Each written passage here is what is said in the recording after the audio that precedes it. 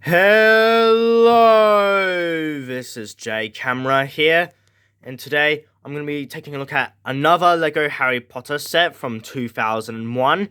This is 4706, The Forbidden Corridor, ages 7 to 12, which included 238 pieces. And I don't know exactly how much this originally cost. I'm gonna guess about $30 US. This was released under the Sorcerer's Stone or Philosopher's Stone wave, if you're not in America, around the first movie's release in 2001. So here's the box. So the top has just the trio running. Here's the barcode when you are in a store buying it. Here's just some images of the trio, more images of like play features and areas in a set. The back is obviously the most interesting part because it has the collection of sets here, which I've already reviewed most of them. I've reviewed this one, this one, this one, this one, this one, and now I'm going to take a look at this one. It's got two more next. So here are the alternate builds. There's 3 of them. We have a tower, which I think is to like attack Fluffy or something. There's a waterfall where you can trip over Hermione for some reason. And then we have whatever the hell that is. And there's a spider web and leaf with a bat on it. And of course, the websites and such. Actually, I did forget to be in detail. It's got, like, Harry Potter in live action standing there in the corner. And then it has, like, the medieval Hogwarts background. And then, the night sky with the bright sunset. Like, it looks really good. It's very 90s, even though this is, like, very early 2000s. But to be fair, the first 2 Harry Potter films, I do feel like had that feel. So here are the instructions. There's no live action Harry, and so there's a minifig Harry here as a... I forgot what the word was. Anyway, here's the instructions. I really like this. Here's Fluffy. Here's the 3 minifigures, which I'll be having a closer look at. Then we have, like, the instructions, which was originally just spot the difference, because it didn't tell you the specific pieces, so you had to use a brain, which you don't really have to anymore. And there's the how to make the alternate builds, which I do like, because they really did stop doing this. There's no pieces count, which I wish there was, so you had to pray that, yeah, they're all there. Here is the advertisement for LEGO Creator, which I don't really play. And here's the set. So I'll begin with taking a look at the minifigures. So first up is Harry Potter. He doesn't have a second face, has that yellow skin that every mortal figure had back then. And if I can grab it. And he has a wand with no back printing. It's a generic Harry Potter figure, except with the invisibility cloak, which is, like, violet. I don't know why of all colors it was violet. I would have liked it if it was maybe white or silver, but to be fair, you really could just put in anything for this. It's fine. It's cool to get the invisibility cloak, at least. And it's good to have variety in the Harry Potters, because the other Harry Potter appears quite a few times. I mean, not so much in the first wave, but like in later waves, it was very common. This Harry is not exactly... this specific one with the cape appears in a couple other sets, but it's pretty easy to make with other set pieces. Next is Ron Weasley. Harry had like the old brown wand. Now he has the light grey wand. I don't know why it's grey, but okay. I would have preferred just brown too, but all the minifigures in his set, by the way, don't have a second face or back printing. He has the like, generic starry cape like all the other, like, student Harry Potter figures have. This figure of Ron is very common. I mean, this is my third in a row. Like, wow. Sets really do like Ron. He has this Ron Weasley hairpiece, as everybody calls it, because he was the first to have that mold. Yeah, I don't really have much else to say about this figure. However, I have quite a bit to say about this figure, Hermione Granger, who was my very first Hermione, and she is surprisingly rare. Like, I was surprised. Like, this specific version appears in only one other set. And, like, the character Hermione only appears in 3 other sets, with only 2 other variants, both of which are exclusives. So that's a shame. It's just the same Gryffindor and cape stuff. The hair and the face are unique because they're fairly rare, but there's no second face, so I'm not going to bother taking it off. She has the blue flame, which is supposed to be the Lumo spell, which destroys the Devil's Snare, but it looks like water to me, personally. Editor's note. This is not actually Hermione's wand. This is actually a duplicate of the flute piece, because the wand is the only piece in a set alongside a spare key piece that's missing.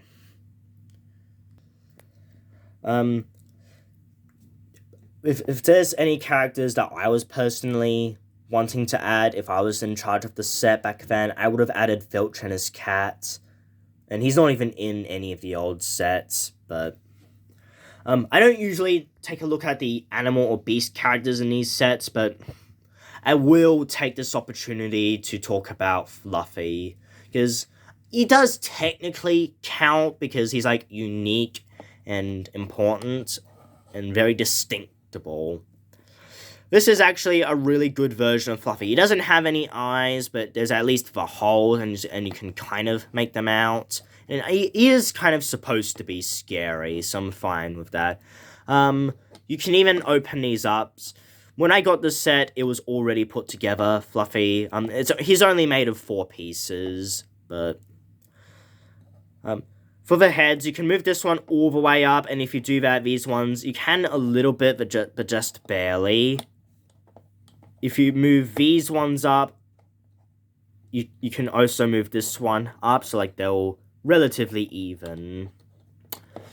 I'd argue this is much, much better than the crappy version we recently got. That was Brickbelt, because, man, that did not look right. Oh, so you got a couple of pegs, so you can have, like, a minifigure stand on Fluffy or even sit on it. On camera, the brown is really distinct from the black, but in person, it's a pretty dark brown. If you have a screwdriver, this can be a separate piece, but if you don't, it's not. And I personally consider it the same piece. Yeah, I mean, it's not even that distracting, because, I mean, you don't even see the legs much in the movie anyway. So I still think, like, this one holds up okay. I mean, it's not perfect, because, yeah, it does look a little distracting, but yeah, I really like this. So here's the Forbidden Corridor. It has really 4 sections to it, which is pretty impressive. And it has, like, 2 stories, which is really good. And, of course, it's on a pivot joint, so you can have, like, any pose you want. Like, you can even do this, if you really want. And the staircase doesn't even block that, surprisingly. So I'll begin with the staircase. The one thing that I absolutely hate with Lego is that these are loose. Like, unlike, say, the Batcave, where this is secure, this is, like, loose. Like, you really have to, like, get the top one and have it, like, here, and then work your way from there. Like, make it as evenly spread as possible, which can be done, but my problem is that these are, like, easily looseable. That doesn't make sense, but they're easy to make loose. Too easy, in fact. So The result should be with the bottom one, like, being right at the edge to make it look as nice and even as possible. I'm fine with it having no studs, though, because, like, you're supposed to, like, imagine, like, this is...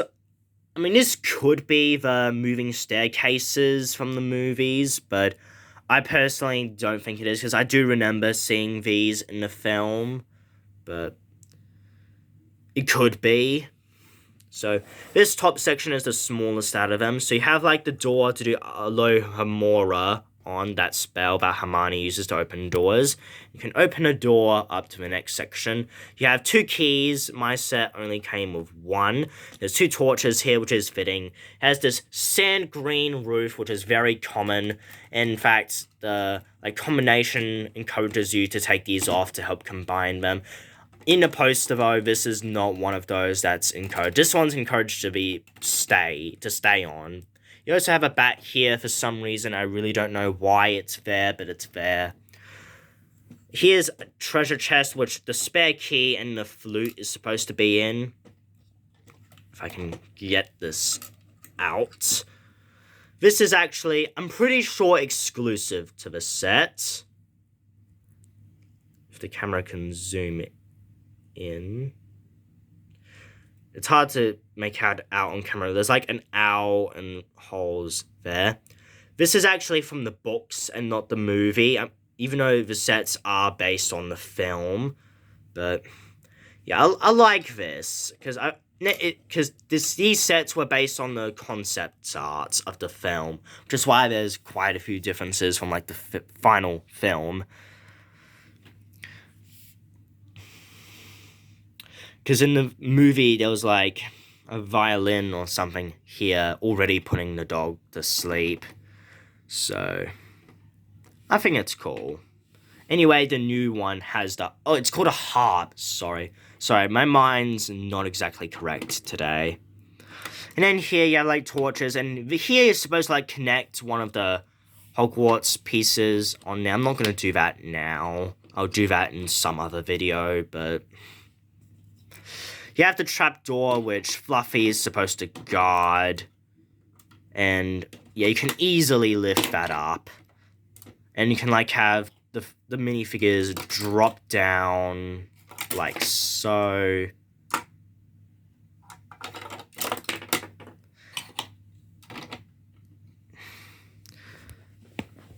And then we have the Devil's Snare section. If I can get the minifigures out. So you have the spider webs. They're black spiders, so they're relatively common and plain, but they do fit in. And they're on different sides. So like the spider's on the outside for the left, and the right it's on the inside. There's also a bat there for some reason. We have these plants. There's like 4 of those on each. Yeah. On each corner, and then there's this like trap. Oh yeah, and then this padding on the floor. And you can like put a minifigure on here. So like, take Ron Weasley for example, and you can like move this red thing, which looks cool. And you're supposed to like, chomp at the figure. It's in concept a good idea. These leaves are also very loose, so be careful. You have to, like, move this back and forward for it to work, and, like, press on, not the red bit, but this for it to, like, chomp. Because this is, like, to move it. So, this is what it should look like.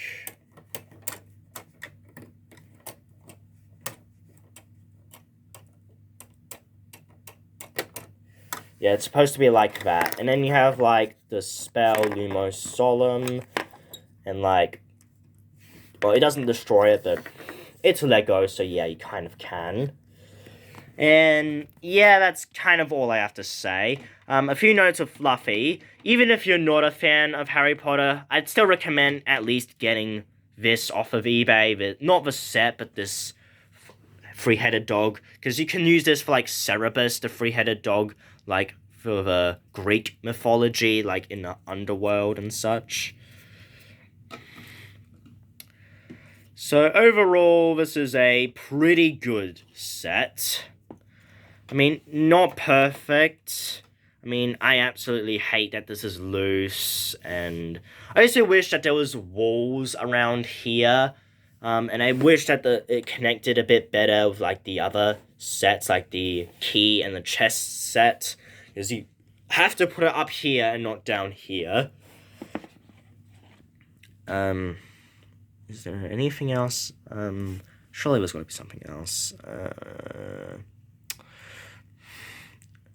Yeah, that's basically it. It's overall a great set. Much better, the fluffy, at the very least, is much better than the remake. I'd argue that the Devil's Snare part's much better. Like, I do feel like the Hogwarts outside and inside, like, the building part of it is better in the new one. But I feel like the nostalgia of it, the fluffy and the Devil's Snare bit is much better. And I think, and the fact that it's bigger, I think is much better with this one. It does give it an advantage. So yeah, that's all I have to say. I'm going to give this set a 8.8 out of 10. And I hope you guys and girls enjoyed this video, and I'll see you all next time.